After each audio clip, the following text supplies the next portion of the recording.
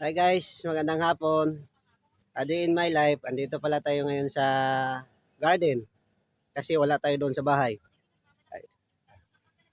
Ay, guys, nasa garden tayo guys.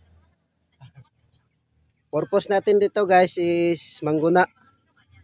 Linisan namin yung yung mga talong din para maliwas naman yung mga puno din para makabunga ng ayos. Yan guys.